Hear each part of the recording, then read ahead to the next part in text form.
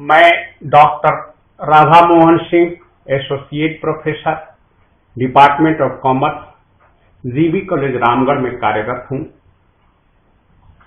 आज हम लोग बीकॉम पार्ट थर्ड के honours 7th paper income tax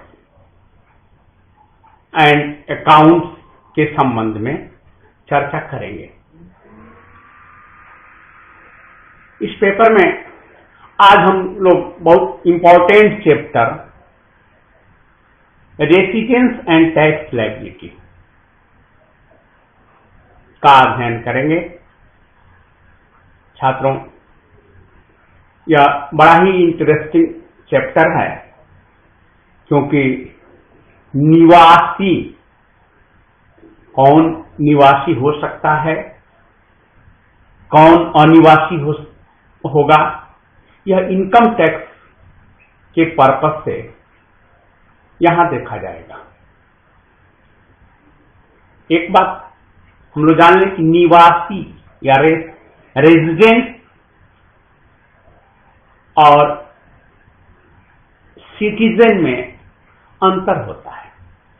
नागरिकता अलग चीज है, वह किसी देश के लिए होती है, लेकिन यहां जो हम लोग चर्चा कर रहे हैं रेजिडेंट की, तो वह इनकम टैक्स पर्पस से कि कौन यहां का निवासी है या निवासी माना जाएगा और कौन निवासी नहीं माना जाएगा। ऐसा भी हो सकता है कि एक भारतीय अनिवासी हो तथा एक विदेशी भी निवासी हो सकता है। तो इसलिए इस बात को हम क्लियर करना चाहेंगे कि आप लोग यह निश्चित रूप से समझ लें कि हम लोग यहां निवासी और अनिवासी की बात कर रहे हैं। इस संबंध में निम्न बातों पर ध्यान देना आवश्यक है। जैसा कि हम लोग चर्चा किए कि एक भारतीय अनिवासी हो सकता है तथा एक विदेशी भी निवासी हो सकता है। दूसरा है कि किसी व्यक्ति की निवासीय स्थिति प्रत्येक वर्ष परिवर्तित हो सकती है, परंतु नागरिकता प्रत्येक वर्ष परिवर्तित नहीं होती। एक बार नागरिक बन गए किसी देश के, जब हम नागरिक हैं तो दूसरे देश में जाकर के उसके लिए कई शर्तें जब पूरी हम करते हैं तो वहां की नागरिकता हमें प्राप्त होती है। तो यहां नागरिकता का अध्ययन न करके हम लोग निवास स्थान का अध्ययन कर रहे हैं। अब हम लोग चर्चा करेंगे टाइप्स ऑफ रेजिडेंट, निवासी के प्रकार। निवास स्थान के आधार पर करदाता को निम्न श्रेणियों में बांटा गया है।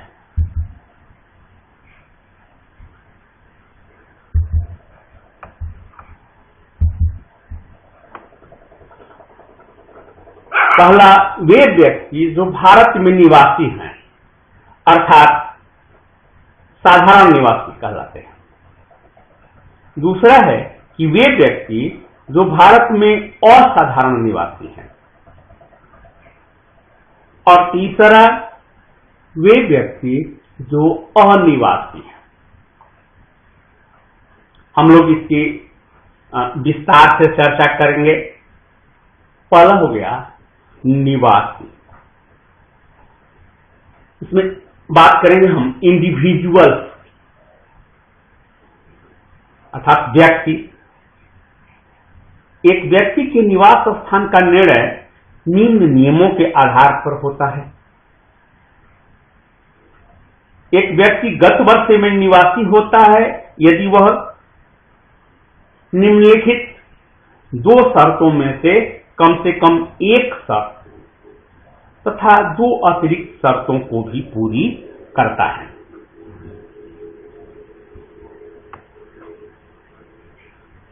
पहला, वह गत वर्ष में कम से कम 182 दिन भारत में रहा हो। गत वर्ष का अर्थ हम लोग समझते हैं, अर्थात गत वर्ष में प्रीवियस ईयर। जैसा कि हम लोग जानते हैं कि इनकम टैक्स में प्रीवियस ईयर और असेसमेंट ईयर, इन दोनों का बड़ा महत्व होता है। इन्हें हमें बड़े बारीकी से समझना होता है। तो कॉमर्स के विद्यार्थी के रूप में हम लोग इस बात को समझें। गत वर्ष होता है जिस वर्ष कमाई गई आय पर टैक्स लगता है, और उसके बाद वाला वर्ष जिस वर्ष टैक्स लिया जाता है उस वर्ष को हम कहते हैं कर निर्धारण वर्ष, अर्थात असेसमेंट ईयर। अब पहली जो चर्चा हम लोगों ने किया कि क्या शर्त है, कि पहली शर्त है कि वह गत वर्ष में कम से कम 182 दिन भारत में रहा हो। दूसरी शर्त है कि वह गत वर्ष के पूर्व के 4 वर्षों में कुल मिलाकर कम से कम 365 दिन भारत में रहा हो, और गत वर्ष में कम से कम 60 दिन रहा हो। इसका मतलब हुआ, हम यह भी कह सकते हैं कि जो पिछला वर्ष है प्रीवियस ईयर, उसके पिछले 4 वर्षों में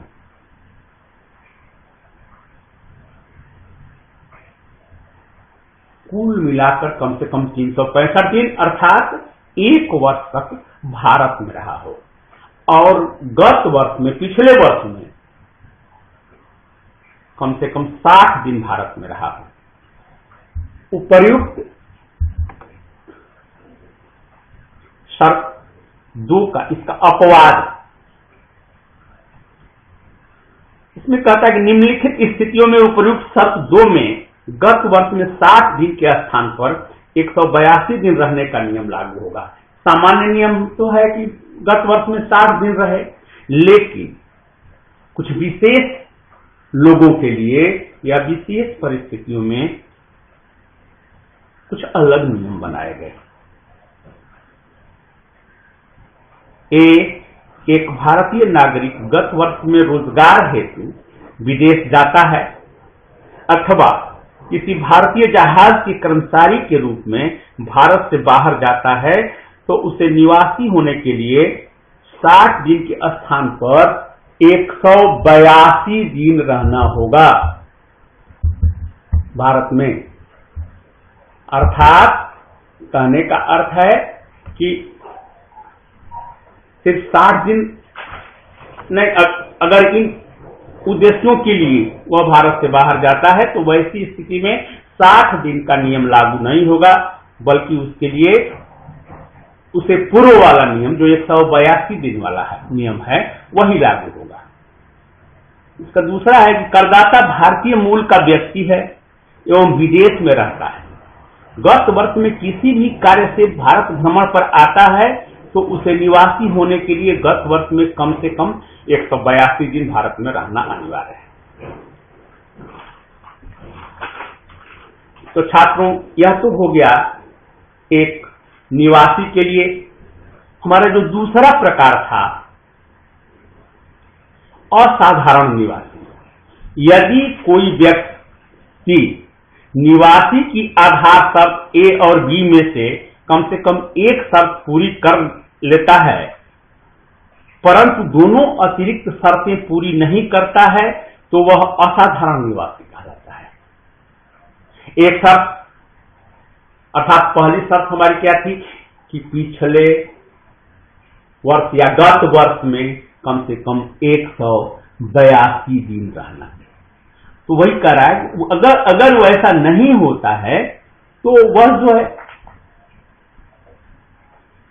182 दिन रह गया मान लेते हैं हम, लेकिन उसके बाद अगर जो कहा गया कि अगर किसी विशेष कार्य हेतु वह जाता है तो वैसी स्थिति में उसे कम से कम 60 दिन रहना है।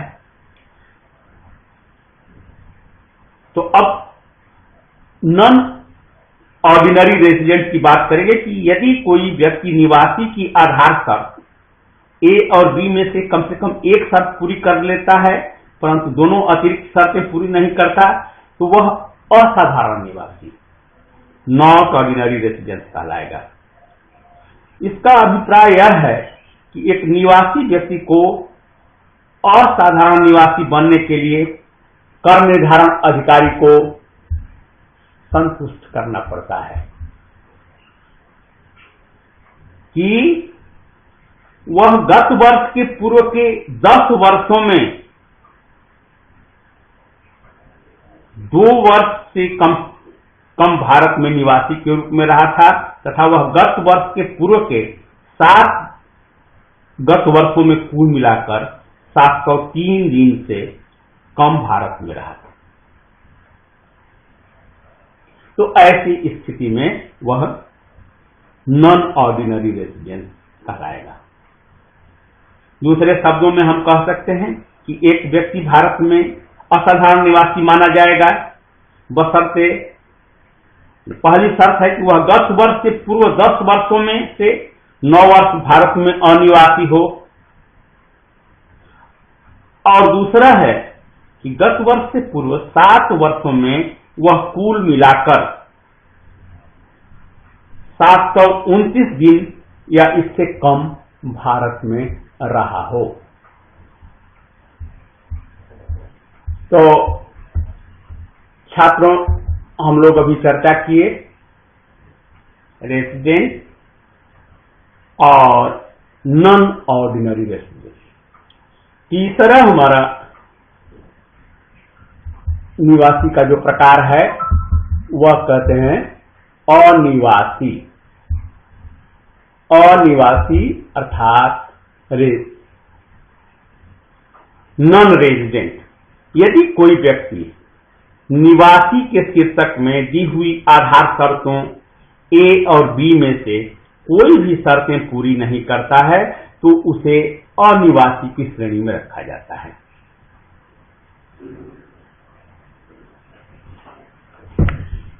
अब हम यह तो हो गया इंडिविजुअल्स की हम लोग बात किए। अब हम लोग चर्चा करेंगे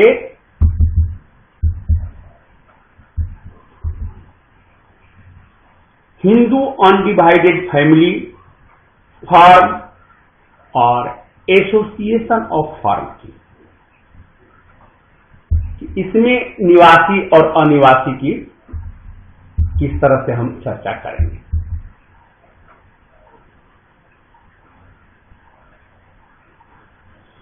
तो इसमें निवासी की जो स्थिति है वो है कि संयुक्त हिंदू परिवार फर्म अथवा व्यक्तियों का संघ किसी भी गत वर्ष में निवासी माने जाते हैं यदि उस गत वर्ष में उनका नियंत्रण एवं प्रबंध पूर्णतया अथवा आंशिक रूप से भारत में स्थित हो। संयुक्त हिंदू परिवार फर्म अथवा व्यक्तियों का जो संघ होता है एसोसिएशन ऑफ पर्सन किसी भी गत वर्ष में निवासी तब माने जाते हैं यदि उस गत वर्ष में उनका नियंत्रण एवं प्रबंध पूर्णतया अथवा आंशिक रूप से भारत में स्थित हो। एक निवासी हिंदू अविभाजित परिवार साधारण निवासी तभी माना जाता है जबकि इसका कर्ता एक व्यक्ति के नियमों के अनुसार दोनों शर्तें पूरी करता है।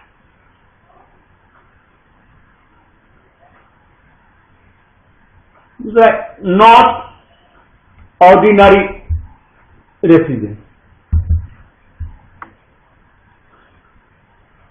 एक संयुक्त हिंदू अविभाजित परिवार गत वर्ष में असाधारण निवासी होता है यदि परिवार का संपूर्ण अथवा आंशिक नियंत्रण भारत में स्थित है परंतु उसका कर्ता निम्न अतिरिक्त शर्तों को पूरा नहीं करता है। पहला शर्त है कि उसका कर्ता गत वर्ष में पूर्व के 10 वर्षों तक भारत का निवासी रहा है। दूसरा है कि उसका कर्ता गत वर्ष के पूर्व के 7 वर्षों में कुल मिलाकर 730 दिन या इससे अधिक भारत में रहा हो। अन्य शब्दों में एक हिंदू अविभाजित परिवार भारत में असाधारण निवासी माना जाएगा, बशर्ते उसका कर्ता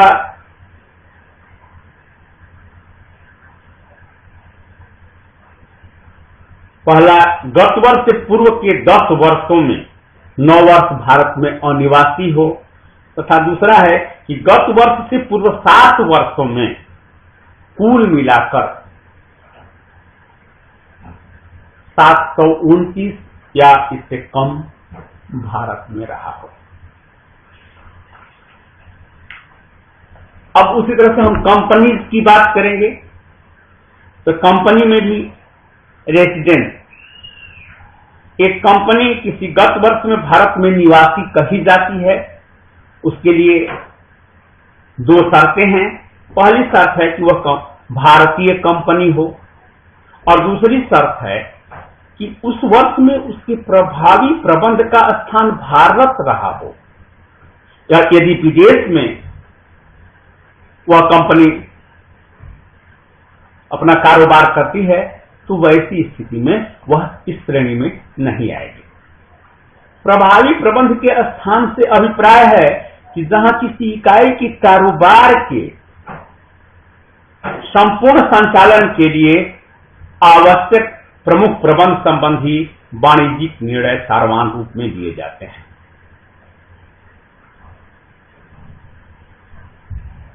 अब दूसरा, इसमें एक कंपनी असाधारण निवासी नहीं हो सकती। जैसा व्यक्ति के रूप में है कि वह नॉन ऑर्डिनरी रेसिडेंस हो सकता है, लेकिन एक कंपनी नॉन ऑर्डिनरी रेसिडेंस नहीं हो सकती। तीसरा, नॉन रेसिडेंस, यदि कोई कंपनी निवासी की शर्तों को पूरा नहीं करती है तो वह अनिवासी अर्थात नॉन रेसिडेंट कहलाती है। तो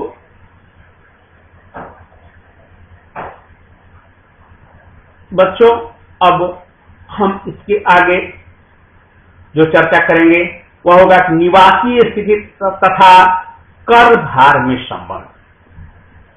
जो हमारा टैक्स का बर्डन है और निवासी स्थिति, उसमें क्या संबंध है? करदाता पर कर भार उसकी निवासी स्थिति पर निर्भर करता है। जो टैक्स बर्डन हमारा होता है वह किस तरह का वह निवासी है, उसी स्थिति पर निर्भर करता है, तथा इस बात पर भी निर्भर करता है कि आय कहां तथा कब अर्जित हुई है।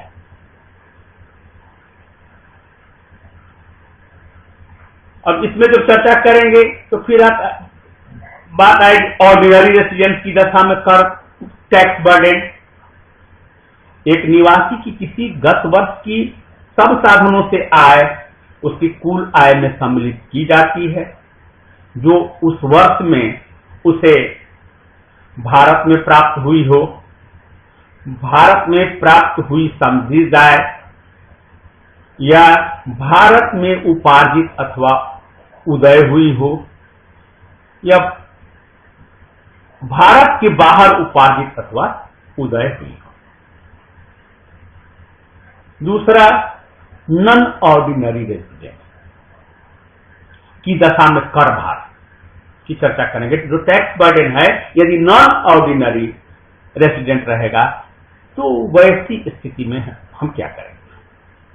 तो इसमें एक असाधारण निवासी की कुल आय में निम्नलिखित प्रकार की सब आय सम्मिलित की जाती है, जो गत वर्ष में उसे ए भारत में प्राप्त हुई हो, बी भारत में प्राप्त हुई समझी जाए, या सी भारत में उपार्जित अथवा उदय हुई हो, डी भारत में उपार्जित अथवा उदय हुई समझी जाए, और ई भारत के बाहर उपार्जित अथवा उदय हुई ऐसे व्यापार की आय जो व्यापार भारत में नियंत्रित होता है।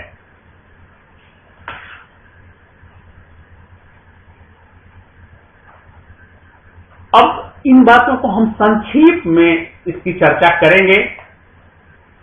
जो अभी तक हम लोगों ने अध्ययन किया उसे एक सारांश के रूप में हम बात करें तो इसे जैसे आय, पहला है कि गत वर्ष में भारत में प्राप्त आय जो चाहे भारत के बाहर उपार्जित अथवा उदय हुई हो,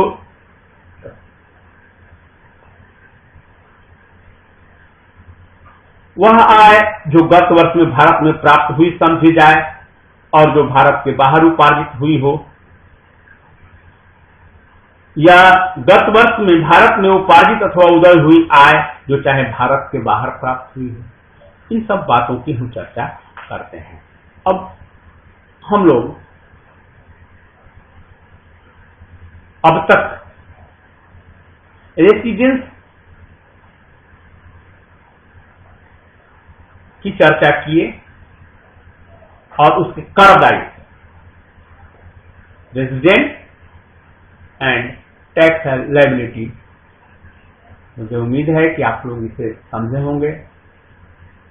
बावजूद इसके यदि कोई दिक्कत आपको लगे तो आप कमेंट बॉक्स में जाकर के कमेंट जरूर करें ताकि हम लोग अपने लेक्चर को सुधारने का प्रयास करेंगे। धन्यवाद।